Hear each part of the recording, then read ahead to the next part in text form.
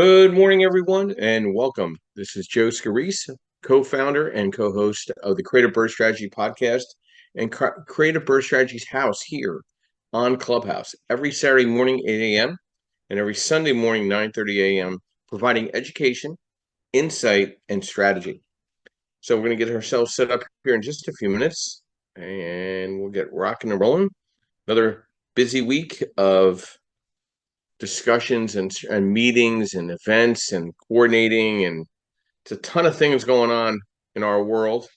Love to thank our sponsors first, of course. I'd like to thank Yordell Perkins of Perkatech, our social media strategist. Pretty much our Oz behind the drape, providing insight and strategic setups for our social media analytics and insight out there on the web.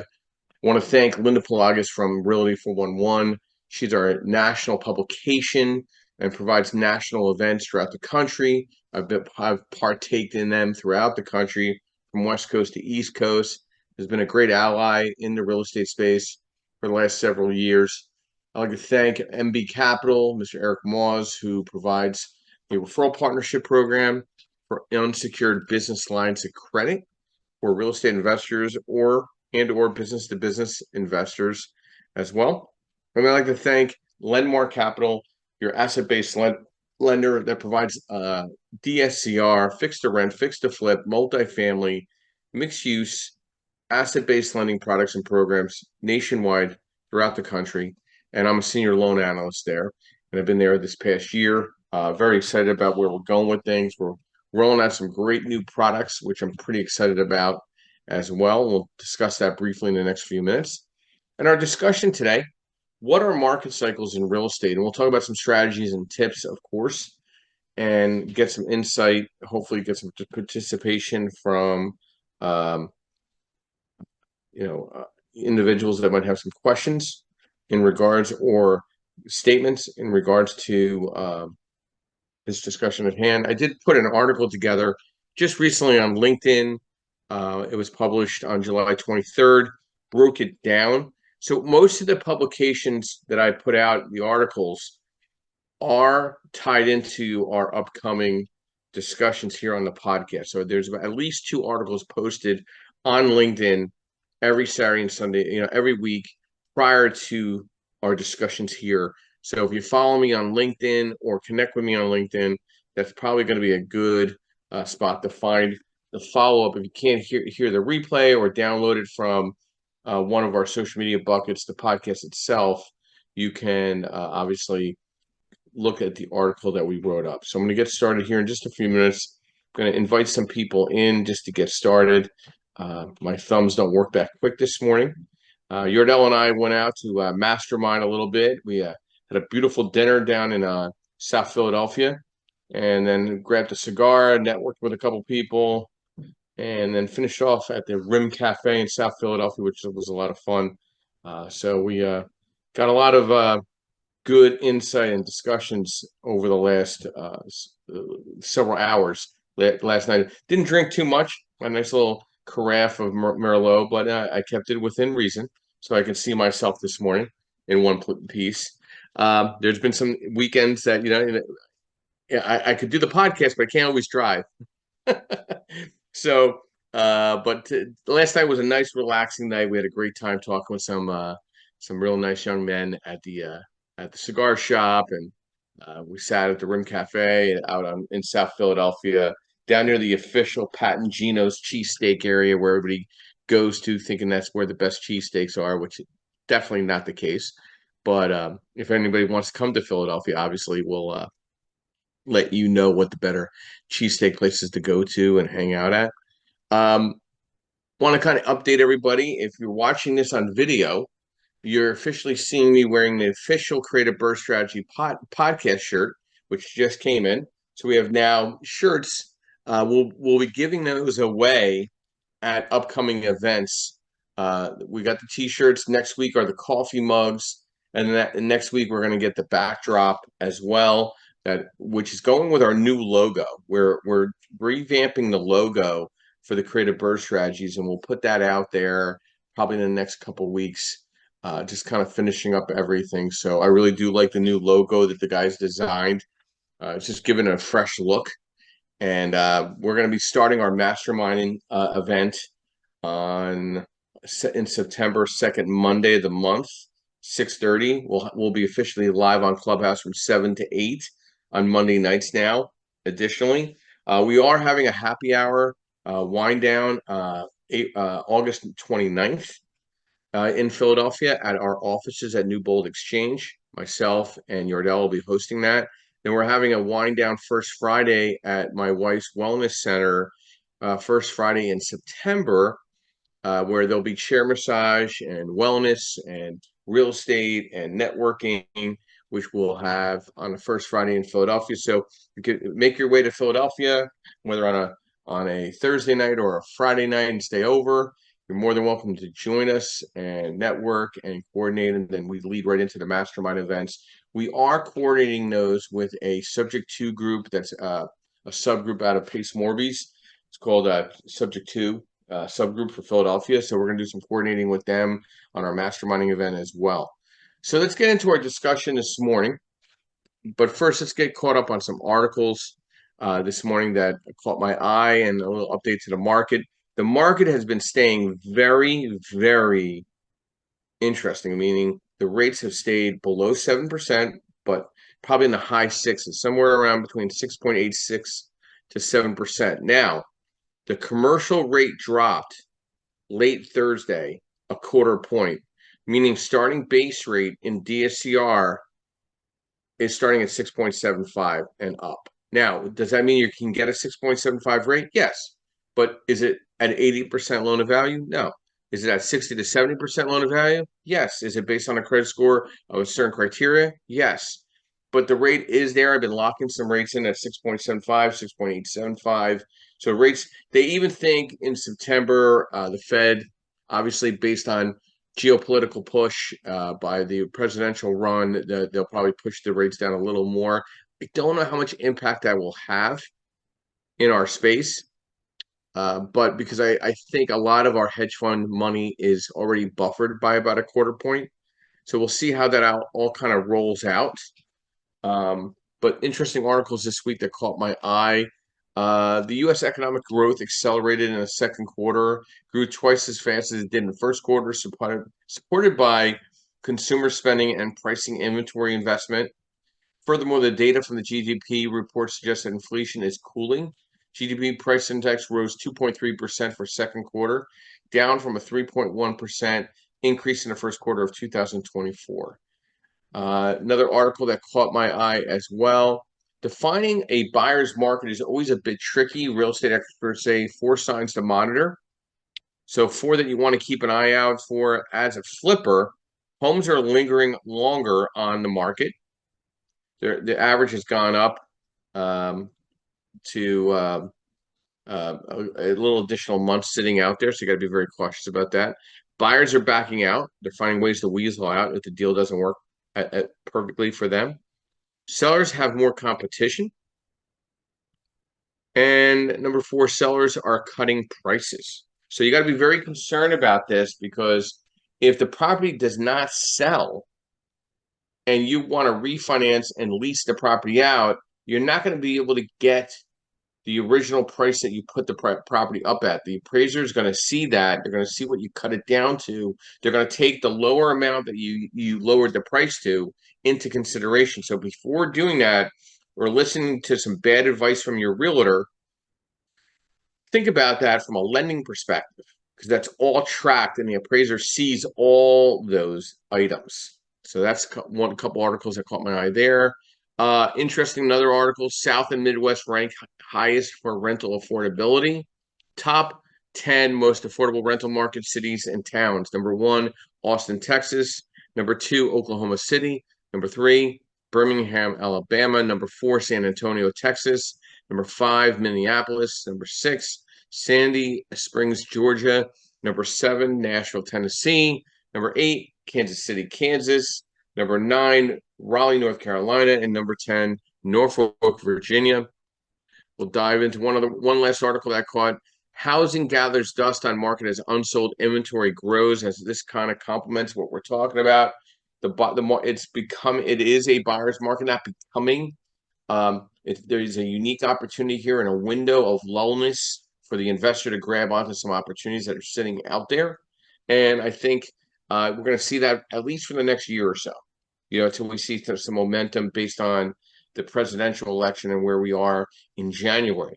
So let's dive into real quickly, and we'll get to our moderators, of course, how to navigate 4 stages of the real estate cycle. So, basically, market cycles in real estate refer to the periodic fluctuations in the market conditions characterized by changes in the property values, rental rates, and overall market activity. These cycles are influenced by various economic, social, and political factors and typically follow a pattern consisting of 4 main phases. Number one, recovery. This phase follows a recession or downturn. During recovery, the market starts to stabilize and property values begin to level off. Demand for real estate slowly increases as confidence returns to the economy.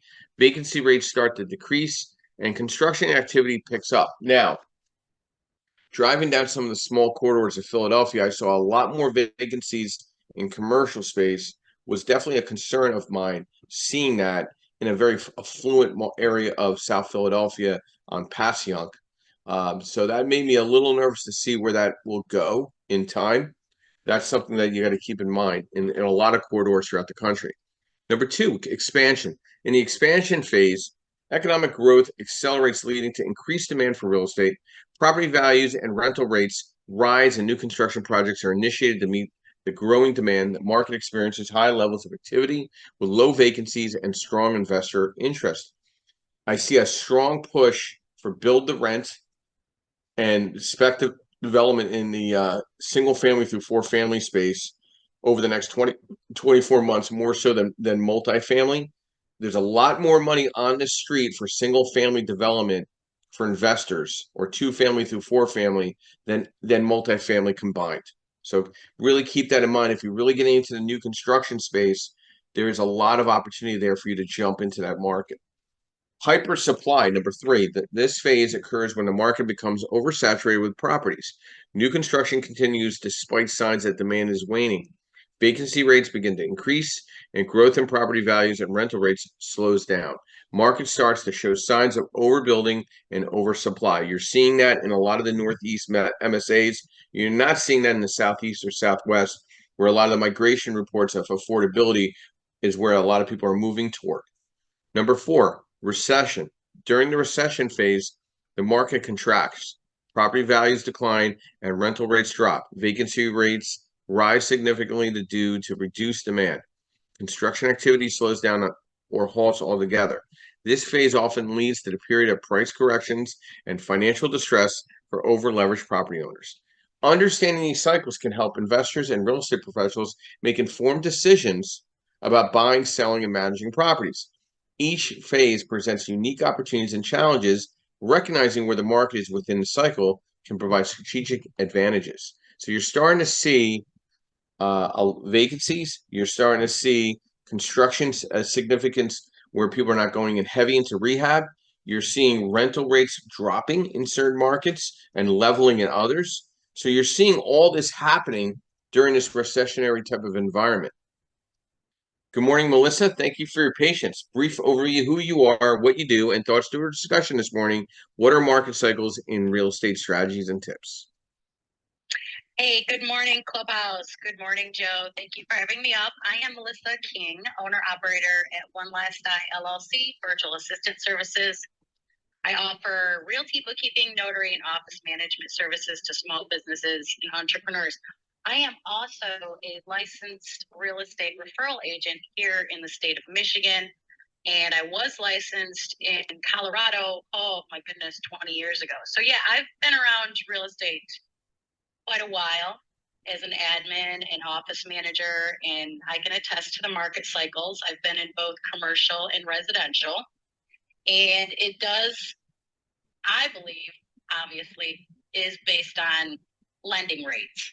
Because you saw just a few years ago when they were super low, I mean, the real estate market was crazy. I've never seen it like that. So you do have to pay attention to lending rates, whether you're a cash buyer or not. It's market. That's what I got for today. I'm here to learn from you on the rest. Thanks, Joe. Thanks, Melissa.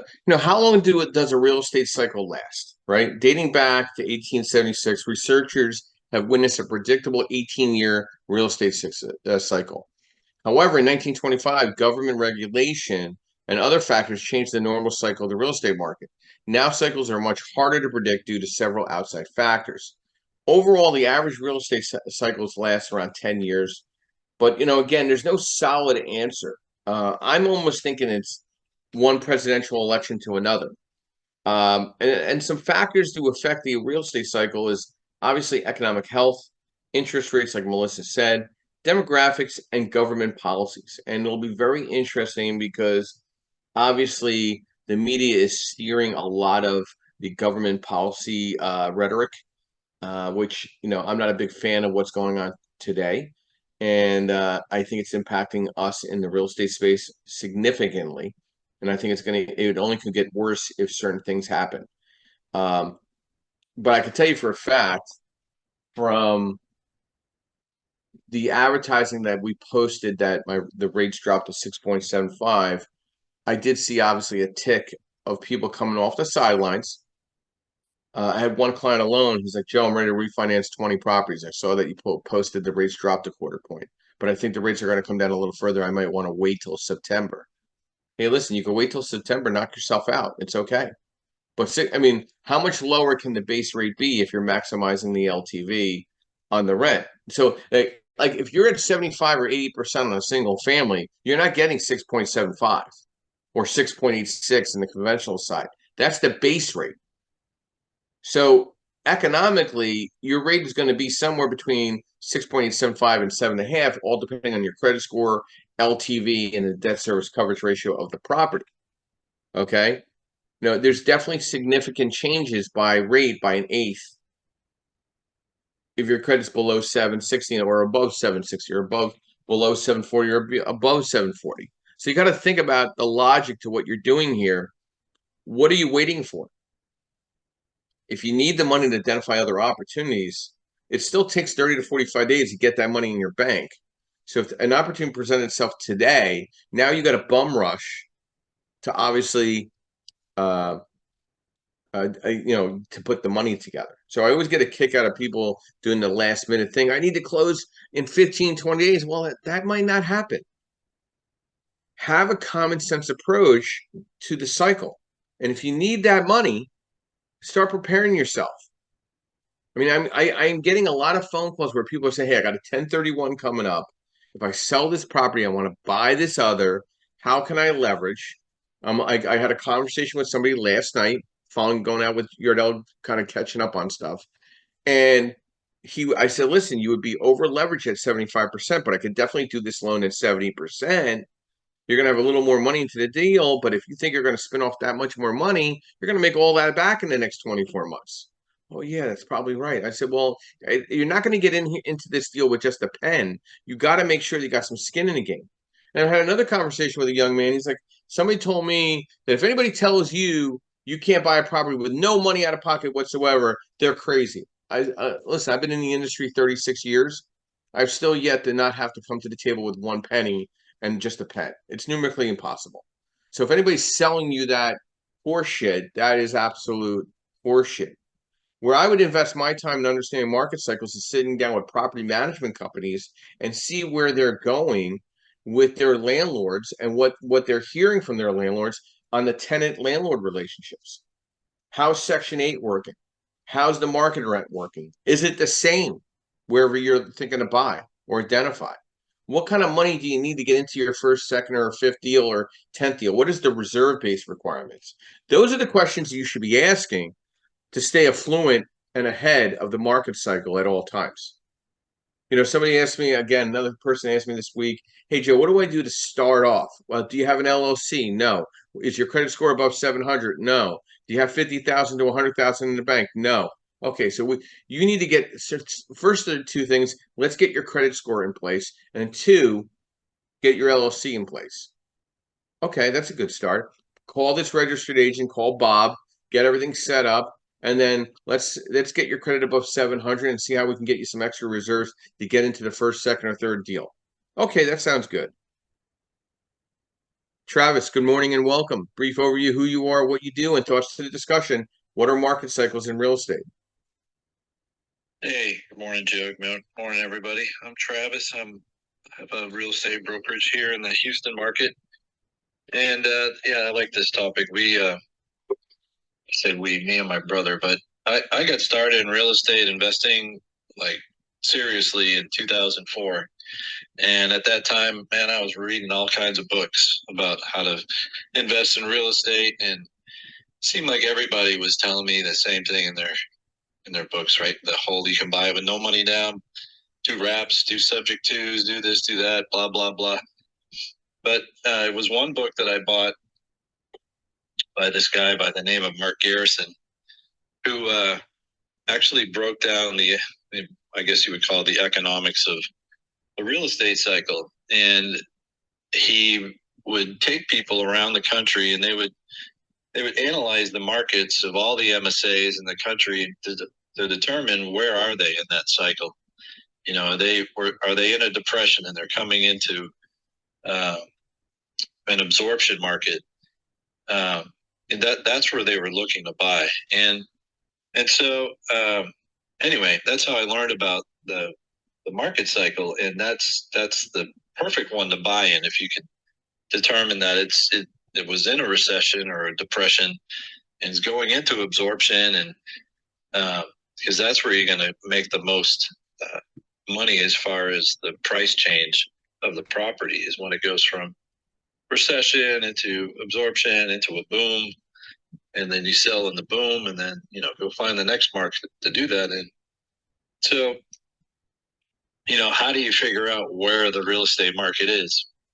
Well, that's not so difficult. One of the ways is just looking at the months of inventory that the MLS is telling you that's out there for that MLS area. So I was just looking this morning to see what's our MLS inventory right now in Houston, and we're right around 4.3% or 4.3 months of inventory for all of the real estate in Houston. So that's what we would consider, kind of a stable market. 4 to 6 months of inventory is what's been termed a stable market. So it's not a buyer's market, it's not a seller's market, but within that, you have to really dig down into the neighborhoods that you're looking at, because each neighborhood is going to have its own little market, and you need to know what that is. So it's really important to know where the market is, and know whether or not you want to get in, and if it's the right time to get in. It's kind of like buying stocks when they have all these different terms that they look at when you're looking at a chart. There's the head and shoulders and all this other stuff, and where is the stock price right now compared to where it's been? And is this a buy indicator or a sell indicator? So it's the same thing with the real estate market. Is the real estate market in a sell? Is it in a buy? Or what's your long-term plan? Do you even want to sell? Because once you start selling investment real estate, then you have to really think about, what am I going to do with the money? Am I going to pay taxes on my gain plus the depreciation recapture? Am I going to 1031 it?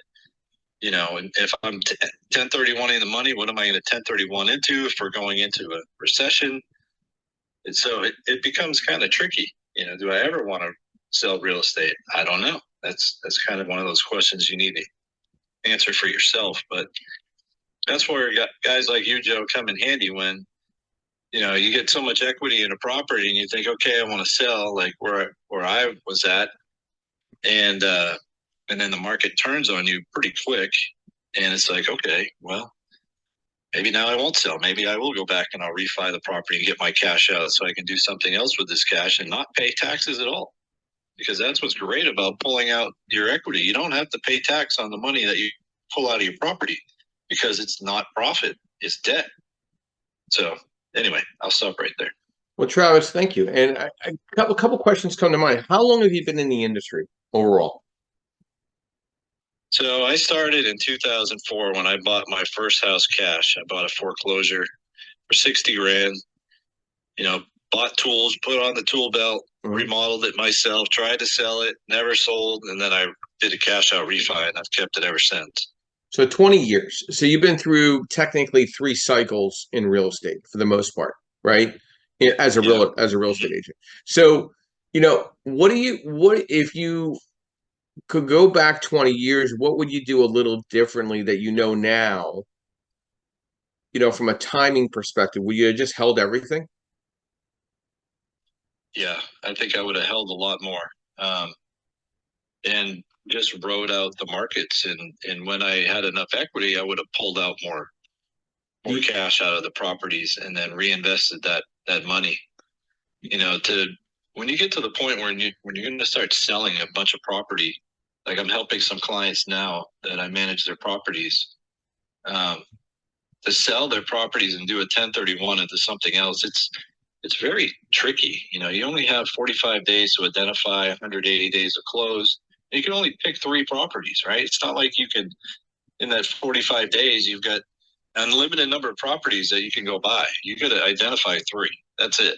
And if those 3 disappear, well, then you're kind of shit out of luck, right? Oh yeah, So I mean, I get it. I just don't understand why people are doing these type of renovations that are so tight and thinking they're going to flip in a market where the days on the market are increasing. I just don't understand who's telling them that they could turn this thing around real quick. You know what I mean? Who's giving them that advice? Who's talking in their ear? You know what I mean? I don't know. Maybe nobody. Maybe they just, that's the direction they were started, and they want to finish. I mean, that's what happened to me in 2004. I wasn't mentored into flipping. It was long-term holds. Yeah. But I wanted to generate some revenue, and that's why I took that path. But anyway, I got all my money back out. So like you said, Joe, it's kind of hard to buy a house without any money. But I got my money in it, and then I got all my money out when I did the cash out refi. So it's possible to have nothing in it after you do the refi. That's possible. Last night I was having a cigar with Yardell, and the gentleman that was there was a gentleman there that I know, and there was a realtor there, probably been in the business too long, Travis. One of those guys that have been like, 30 years. They want to tell you they've been in around 30 years, 40 years, whatever their story is. You know what I mean? And I'm listening, just paying attention. And the guy, his daughter got a bad COVID loan process, and they dragon tailed the back end of the deal, and now she's kind of like they're not letting her pay and get caught up to date, or they're charging her all kinds of money. Was a very predatory move, and so I said to the guy, I said, "Listen, I was listening to your colleague there. Don't know what he does. Oh, he's a realtor. So does he cure cancer?" He starts laughing. He's like, "No." I said, "Honestly, if you really want to try to fix what you're doing with your daughter with the house, how much is the place worth?" "Oh, at least 400,000." I said, "How much does she owe?" 200,000. I said, "Listen, why don't you do this? Why don't you put your LLC recorded onto the property, okay, and season it, and then just refinance it into an LLC, because right now LLC money is just as inexpensive as conventional money, and you don't need tax returns, pay stubs, W-2s, 1099s. It's like that exists. There's a lot of people that still sit in this bubble that don't really understand that there's a whole nother industry for the investor. It's this massive catch up. And the problem is you have these older school real estate people that don't stay abreast of the market and don't understand how to explain somebody through that. There's, instead of trying to like call the bank, that shit's done. You can't get anybody on the phone. Nobody's there. So, I mean, if you had asset-based lending 20 years ago, you probably would have held everything, right? Because you don't need tax returns, right? In the asset-based lending. Exactly. And that, I've mentioned this before. Like, we found a lender that did kind of asset-based, and that was that American Home Mortgage, where they were holding all the paper themselves. Yeah. So they said, yeah, you can have an unlimited number of loans. Yep. Like, holy crap. All right. We're going to keep going. Yeah. And so that's what we were doing. We we kept using them until they were the first to go out of business in '07. Oh my God, you just gave me like chills. Yeah. I haven't heard the name of that company because I think they were based out in the Midwest somewhere. And they had like 50 reps and they were grinding out, commercial loans in the LLC. And then the whole thing went ba-boom. Yeah. And Mike, oh my God, I haven't heard that. I actually know somebody that worked for that. He's retired. That tells you how far back he goes. I actually reported to him in one of my first loan officer positions like 20 something years ago. And he's like, yeah, I made a lot of money. I'm like, yeah, but those guys lost their shirt. He goes, oh, yeah, they shut everything down. It was crazy. So I think the problem is, I think people are so caught up with the shining object they lose sight in the short term of the opportunity of building relationships with people and just do it. Like people that are becoming realtors now, I think half of them are looking for themselves. They're not looking to be in the sales space anymore because they see the opportunity of creating generational wealth for themselves. Why help I've been helping all these other people. Why don't I just do it for myself? I mean, are you finding that it's not as you could when you're looking at opportunities, you're also looking for yourself now. You're not even really looking for the client anymore. Is that the case, Travis? Like in time? Yeah, it is. I mean, I still look for clients, but mostly and since I started, it really was for myself and my partners. I wasn't looking to build a client base and help other people, but that just kind of happened organically. The whole point was that I got my license so that I would be getting the commission when I would close on a deal. Like, why am I letting this other person get the commission when I'm basically doing all the work anyway? I'm doing all the research. I'm doing all the work.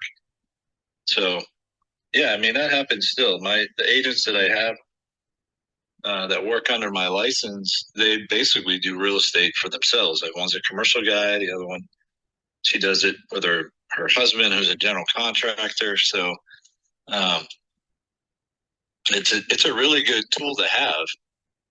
And, then you don't have to go out and show people at 6 o'clock at night and on the weekends when you want to be spending time with people you want to hang out. Yeah, I get it. Well, thank you, Travis, for being here this morning. Strategies for timing investments. Timing is key to a successful investment. Understanding market cycles and indicators allow you to adopt strategies for timing investments. Number one, buy during a recovery. When you buy in a recovery phase, you are buying when interest rates and house prices are kind of on the low side. And now you're starting to see rates come down a little bit, enough to make really more sense of a deal. The recovery phase can bring significant returns on the market transitions to expansion.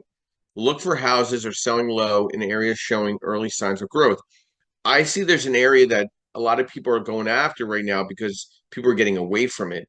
That mixed use piece with the storefront and 2 apartments above, it's still a very sketchy market right now. But if you can come in with more money on the deal and ride this phase out, you might be able to buy a lot of properties at discount. I'm starting to see those properties being discounted to a point because they can't find financing. And in my space, mixed use is very difficult. It's a lot of moving parts. You're probably maxed at 65% loan to value. So you got to have 35% in on the deal. So it's really got to make sense. And you also, number two, have to capitalize during expansion. Focus on managing, improving your current properties, maximizing rental income and value appreciation of the property. This would be an ideal time to sell high performing assets before the market peaks. This also is about your business profile as well. Like Yordell and I are working on a podcast, we're working on websites, we're working on a mastermind event. We're working on internal buckets. So it's not just about real estate, it's also about you and your business. So you got to capitalize and stay expansive in this market. And then number three, use caution in hypersupply. Don't negotiate new investments in hypersupply. And if you do, use caution. Soon a recession will follow and rates will rise. So be careful not to overextend your finances. So like we have this moment where rates are coming down a little bit. We still have commercial impact coming with resets and a lot of commercial vacancies. That's just not going to recover following a presidential election. So we really need to kind of prepare ourselves to some inevitables. You know, malls are in trouble. They're bringing apartment living to the malls. I mean, there's a lot of things going on that are changing the dynamics to being a landlord and what your competition looks like. And then obviously always preparing for the recession. Liquidity is vital during a recession. Maintain an emergency cash reserve to cover expenses should they arise. Patience is key as recovery will soon follow. You know, creating a diversified portfolio or revenue stream for investment types is important that could withstand a cycle. These are critical factors in real estate investment successes. When you understand the market cycles and monitor key indicators, you can make informed investment decisions. Strategic timing can increase returns, decrease risks, and ensure long-term investment successes. So, example, I have multiple revenue streams, investments, real estate, lending, private money lending, unsecured business line of credit referral program, insurance, property and casualty insurance referral program. I have an ownership in a title company.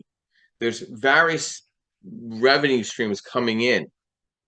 So I'm having a bad month one spot or a slower month in one spot. I'm making up the differences in others. Okay. So you got to balance yourself as a real estate professional. You're not always going to have a great month. You're not always going to have a bunch of closings, but you could be a referral partner and make revenue stream to keep the lights on. Justin, good morning and welcome. Brief overview who you are, what you do, and thoughts to our discussion this morning. What are market cycles in real estate? Yeah, good morning, everybody. Stage in the room. Yeah, professional down, real estate professional down here, Southern Atlanta. A couple of things. Done some flips, done some builds, and managed some. As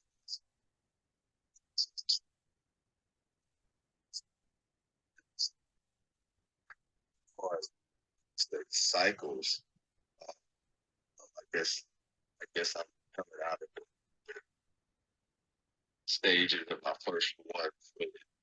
Joe mentioned in his introduction that cycles, the nature of the cycle has changed. When I was a teenager, I would express my interest in possibly some form of real estate or something, and one way or the other to the people around me, or my parents specifically, my daddy always remind me, "Oh yeah, son, real estate goes in cycles and blah blah blah."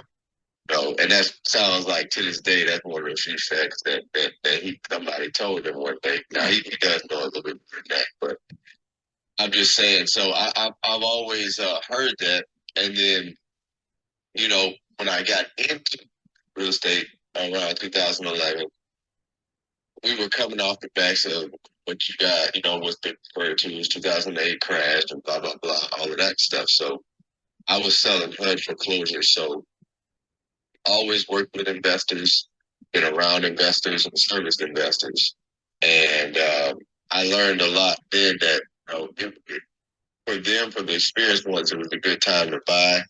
I did run across people from time to time who had the fear, what just took place 2-3 years ago, and all of those things, right? So I'm being exposed to both opinions, and there are two sets of experiences, and they often have to do with knowledge base and their experience throughout the last cycle. So how you were prepared, how you enter the cycle, and how and where you enter the cycle. And I'll just kind of skip to this. It's going to be, I believe, the most important element for you to plan for in your strategy. I didn't say get in at this point. You're going to be better off if you get in at that point. That can be debated, right? Depending on what point we're talking about. But regardless of when you do get in, your strategy should almost certainly, your acquisition strategy should reflect the moment in the market you're in. And whether you hold, flip, how you hold, how you flip, and your strategy going forward should also reflect where the market is going, what it's looking like potentially. You don't have a crystal ball. No one has this. Probably heard this a billion times during COVID. But as the rules change, and by the way, I do believe there's going to be another sort of quick-ish cycle And I don't know, I'm not going to say I believe, but I just know there's a chance, right? Because our society the economics of that, that our societies are built on heavily involved with real estate. I mean, almost everything in some way, form, or fashion, it can be considered an exchange of real estate property, right?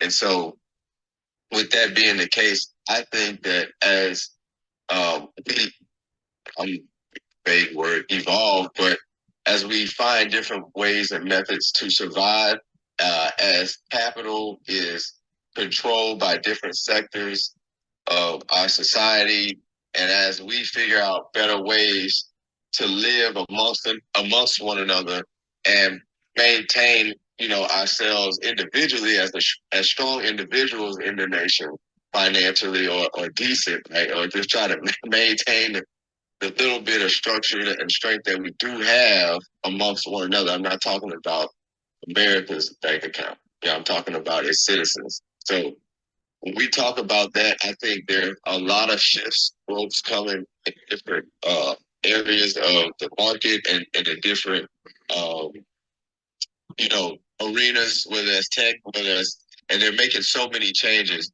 There's a lot of opportunity for these folks to make money or those folks to make money. And these things can change or drive how that cycle is performing or acting at the time. And I just think we're in a place where there's just a possibility that the shift can keep shifting or shift in a different direction or make a move, especially when we are as sensitive as we are as a nation right now. The presidency and one way can go make a world of difference than another. And that one decision can also determine where our next cycle ends and the next one begins. So those are my thoughts, Joe. I won't take up any more time this morning unless you got some questions, but those are my thoughts and my experiences on cycles. So Justin, do you have more of a scratch your head moment than ever now with clients or other fellow real estate agents that don't know their own property, like value, rents, taxes, insurance? Like, do you think there's a miss in knowledge base of one's own portfolio? I mean, have you learned from that to yourself? Yeah. Oh, yeah. Shit, my personal, some of my personal obstacles that I've come across, but even throughout those things, right? Using my expertise as an agent, as someone who's a student of like this stuff we call real estate investing, and you know, I mean, I find that all the time, but I find that when it was me doing it, I'll speak for when it was me early on in my career, 2016, 17. I was letting my optimism and my anxiety drive those thoughts. Those are mistakes. I mean, there should be. Those are considered emotional attributes. Those are emotional drivers. Those, you know, certainly don't really have a place, definitely not in the front seat of any decision making. I don't want to just write people off like that, right? Maybe they're misinformed, but usually when someone's misinformed, they're willing to be re-informed, right? So if they talk to you or they talk to somebody else who's a professional and they're able to give them some valid information, that should correct that misinformation. So, with the duplex, man, how long ago was that? That was about 7, 8 months ago. I sold that duplex in a panic, trying to get out, kept dropping the price, whatever. We just don't need it anymore. We're trying to do some other stuff. And so this week we're actually talking about those putting together those new construction duplexes or whatever. But the duplex we sold and we were trying to get from under, guess what? It's renovated. It's got a gated fence around it now. It's all white, fresh paint, and it's vacant at the bottom. So you spent more money than, and you got a vacancy. So some things, Joe, they're risky, but we can put a calculator on risk. And so you need to fill in all the slots in your formula so that you can truly calculate your real risk, not your optimal risk. And that's what I think I got to say about that. Yeah. Yeah, I think the investor, whether it's the real estate agent or the investor themselves or both, I think they're trying to underestimate to maximize the most amount of money on their deal in their mind. Meaning, oh, I only need to put 20 grand into this place and it should be fine. And then they get in there, and I can give you an example. One of my clients, he used 25 grand to do lipstick on the property, finds out he opens up wall number one and there's termite damage from the first floor into the basement. Now, he's very well reserved. That's not the problem, but his repair numbers were absolutely wrong. What if he did not have that money? Why wasn't he using at least a 20% repair contingency? Or when a realtor calls me and says, hey, I got a client that wants to buy this property and they want to put 50 grand into the place. They're going to buy it for 200. I'm like, what's the after repair value? Well, I'm not really sure. You're the realtor. I'm the lender. I mean, I can look, but I'm a licensed realtor, so I'm able to look up and comp the property. Why am I able to do that? And you're the individual that's supposed to make a commission. Now, guess who the only person you're going to blame if those numbers don't come in? You're not going to blame yourself. Who would want to blame themselves? Nobody wants to blame themselves anymore. They want to blame everybody else. Oh, it's the lender's fault or the title's fault or the insurance agent. It's never the person that came up with the numbers and gave them to you. Do you know how many more disputes I put in on appraisals because people think their houses are obviously worth more than what they are? Now, do appraisers make mistakes? Absolutely. But if the comps are what they are, how do I create a new comp? Well, can't you use the income approach on a two-family house? My friend, it's a residential property. You use the income, a part of the income approach when it's a multifamily building that's worth $1 million and above. I can't use the same mindset or approach to finance the way that you want. You can't jam a square peg in a round hole in a market cycle where values are leveling or coming down, rents are leveling in some areas or coming down or going up in certain areas, but values are not going up with the rents because the comps got to justify. So you have to understand housing market trends. It's influenced by a lot of factors. Are you looking at Mortgage News Daily every day and reading 2 or 3 articles? Are you going onto other sites like Bloomberg or MSNBC or Squawk Box and watching and listening to trends and listening to things on YouTube on the economy to stay abreast of it? Or are you depending on other people to give you advice? I get a kick out of the individuals that go into their offices. I say, I'm just going to get my advice from all the other people in the office. So you're just going to be like a gnome and not get any based opinion for yourself. So you need to understand the economy in your region or your local markets.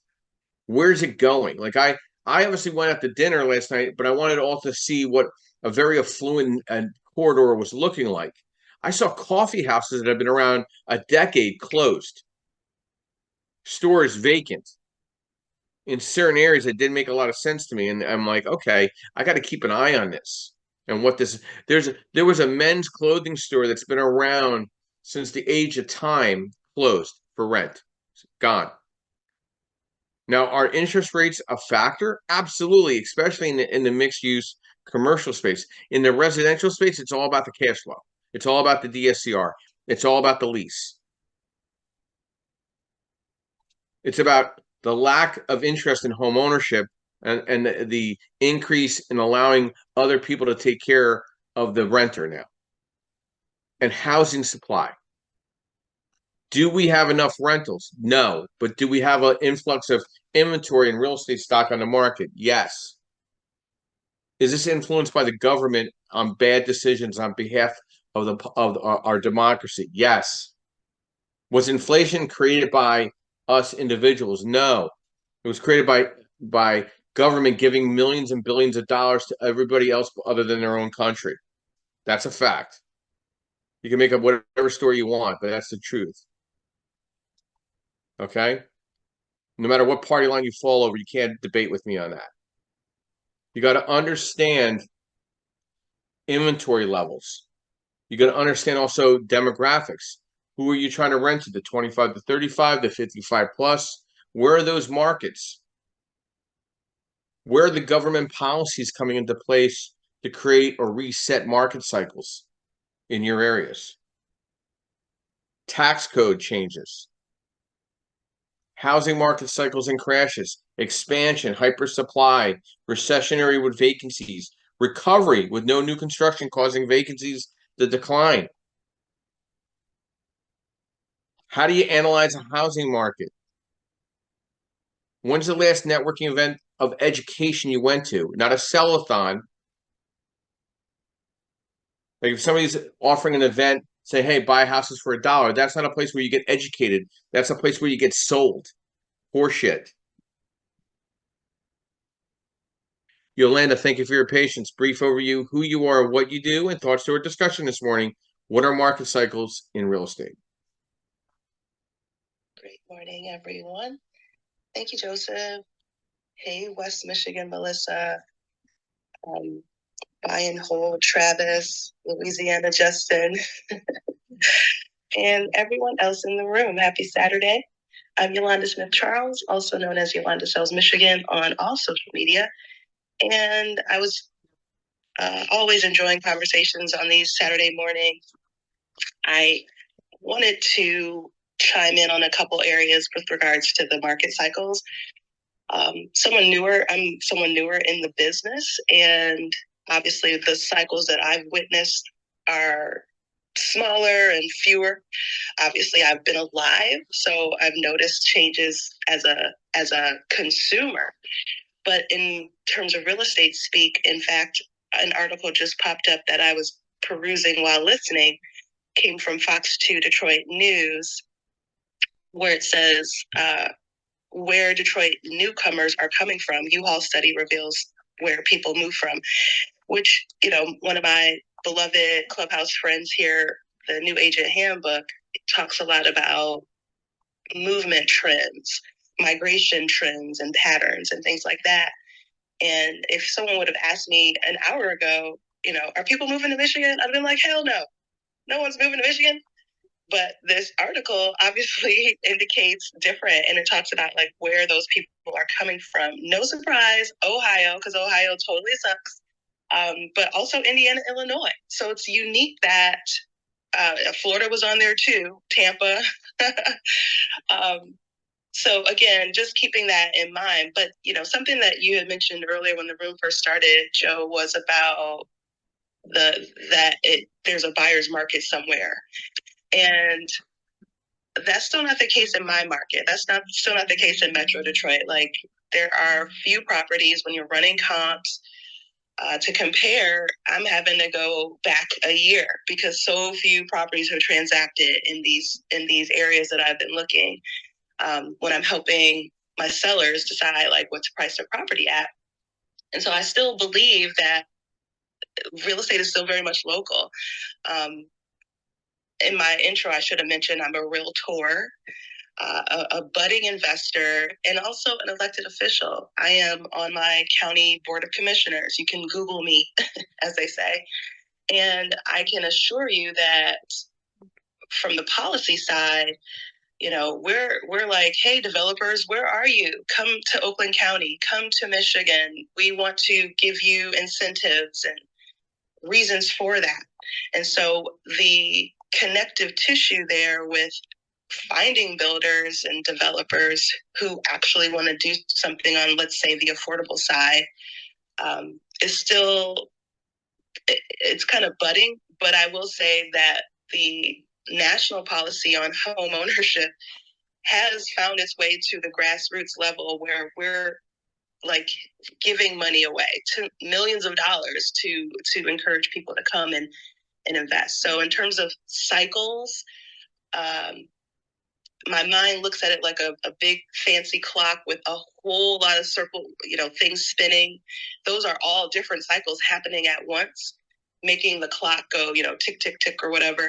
So that's kind of where I'm at in the Metro Detroit space. Is still every bit of seller's market. And yes, homeowners are disenfranchised on what their home is really worth on the market. But nonetheless, it's still a great time. So thank you for the opportunity to chat. My pleasure, Yolanda. Thank you for your insight. My thought on affordable housing, comparatively to more of a Class B or B plus rental market. The cost to build or renovate is the same in either one, in my mind. You know, I mean, a 2x4, it costs the same amount of money, whether you're using it for a Class B, A rental or a Class C or D rental.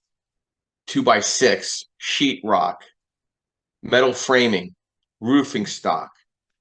What needs to be addressed more so, instead of sending trillions of dollars internationally, is using that money to capital stack and provide monetization to the debt for investors to come in, build and renovate, where when they refinance, when the cost is dead the same, they're able to still be able to recover their debt and provide affordable housing for that sector of need in those demographics. And that's pushing toward the middle of this country right now, because affordability in a market cycle right now in the Northeast is just not working for a lot of people.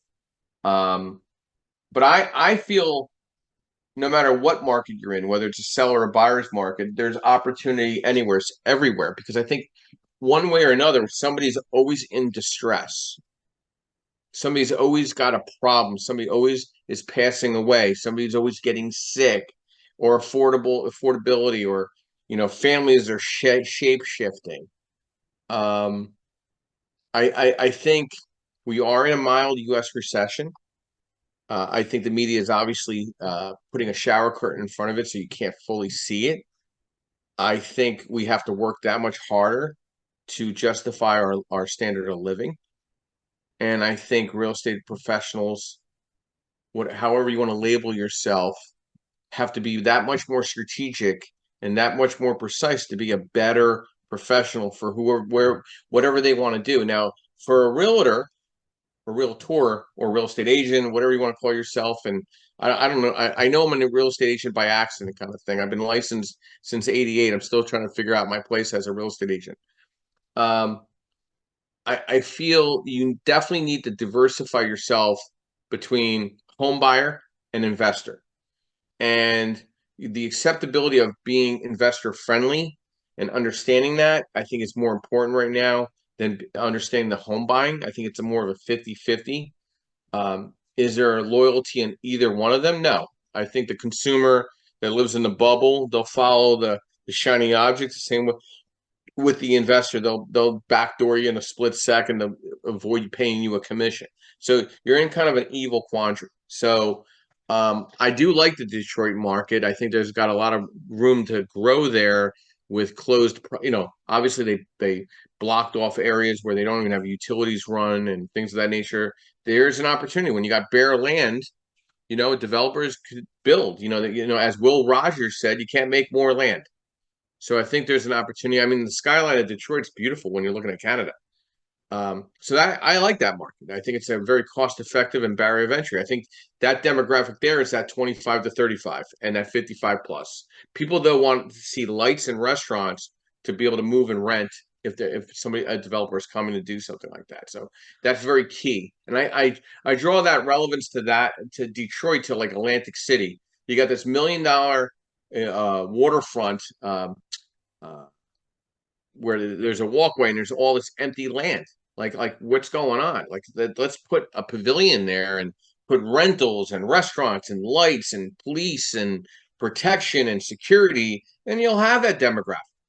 But the politics typically and traditionally have always gotten in the way. So that's where market cycles are impacted the most, when government kind of gets in their own way. Some governments stay at the side and allow progression. I've seen that in the Lehigh Valley, more so in the last 5 years than the previous 20, which I'm very impressed what's going on up there. I drove through there recently, and I'm really impressed what's going on in some of the markets there. So let's get some outros. Melissa, your outro and brief thought to what are market cycles in real estate. Hey, thank you, Joe. Melissa King, One Last Eye LLC, virtual assistant. Wow, what great stuff here today. And it is local, interstates, everything you said here. It's a long game, so I'm looking forward to more. Thank you, Melissa. And by the way, I did see your video I got to hear you actually see you in person on video, by the way. How do you like that? Very impressive. Very impressive. Oh, great. Thank you. I appreciate that. See, I was one of your views. I'll have to go check those. I am camping right now. That was one of the last things I did before I hopped off. I should say glamping, excuse me, next to my little fire here. Sounds good. Travis, your outro in regards to what are market cycles in real estate. Yeah. Okay. Yeah, I'm Travis, a real estate brokerage here in Houston. I would say that to anybody who is investing and I'm sorry, I didn't hear what other people said because I lost my connection here, or thinking about investing, is they should really understand the market cycle that they're in currently and what the strategy is for that cycle if they're going to invest in that market, and to know that the market is hyper local. It's not, I told you that the months of inventory for the whole city of Houston, the whole MSA is 4.3 or 4.4 months. But if you start digging down into particular areas, that's going to change. So you really got to dig down and get pretty granular as far as where you're going to invest and where is the market in that area. That months of inventory is based on the last 30 days closings, right? So they're looking at what happened last 30 days. How many homes were under contract and closed, and compared to what we have available, this month. So you got to look a little bit closer than that. You got to look at, are there any homes that are currently pending? Has anything changed in the last 30 days? So you got to really dig down and know what you're getting into, and work with people who know what's going on. Don't just, work with your friend because they have their real estate license and they have no idea about investing in real estate. You should really grow a team, like Joe has said so many times in the past. Put together your team and then go buy. That's my 2 cents on this, Joe. Thank you. Thank you, Travis. Justin, your brief outro in regards to what are market cycles in real estate. Yeah.